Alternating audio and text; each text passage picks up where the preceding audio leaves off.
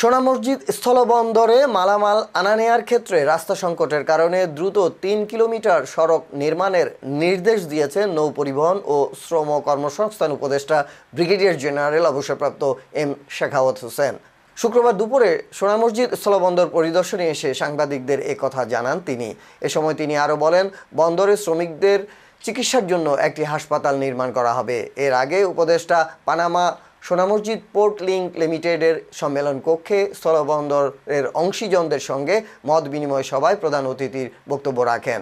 বাংলাদেশ স্থলবন্দর কর্তৃপক্ষের চেয়ারম্যান মোহাম্মদ মঞ্জারুল মান্নানের সভাপতিত্বে অনুষ্ঠিত সভায় আরও বক্তব্য রাখেন শ্রম ও কর্মসংস্থান মন্ত্রণালয় সচিব AHM শফিকুজ্জামান, চাঁপাইনবাবগঞ্জ চেম্বারের সভাপতি Abdul Wahed, Panama port link লিমিটেডের ব্যবস্থাপনা পরিচালক জহুরা নাওসাবা, প্রতিষ্ঠানটির চেয়ারম্যান আতিকুর রহমান খান, GM বেলাল হোসেন, সোনা মসজিদ আমদানি রফতানিকারক গ্রুপের সভাপতি একরামুল হক সহ অন্যান্যরা।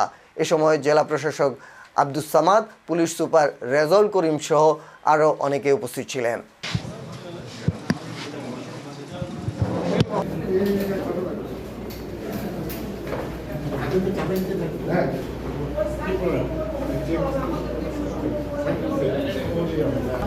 Hey,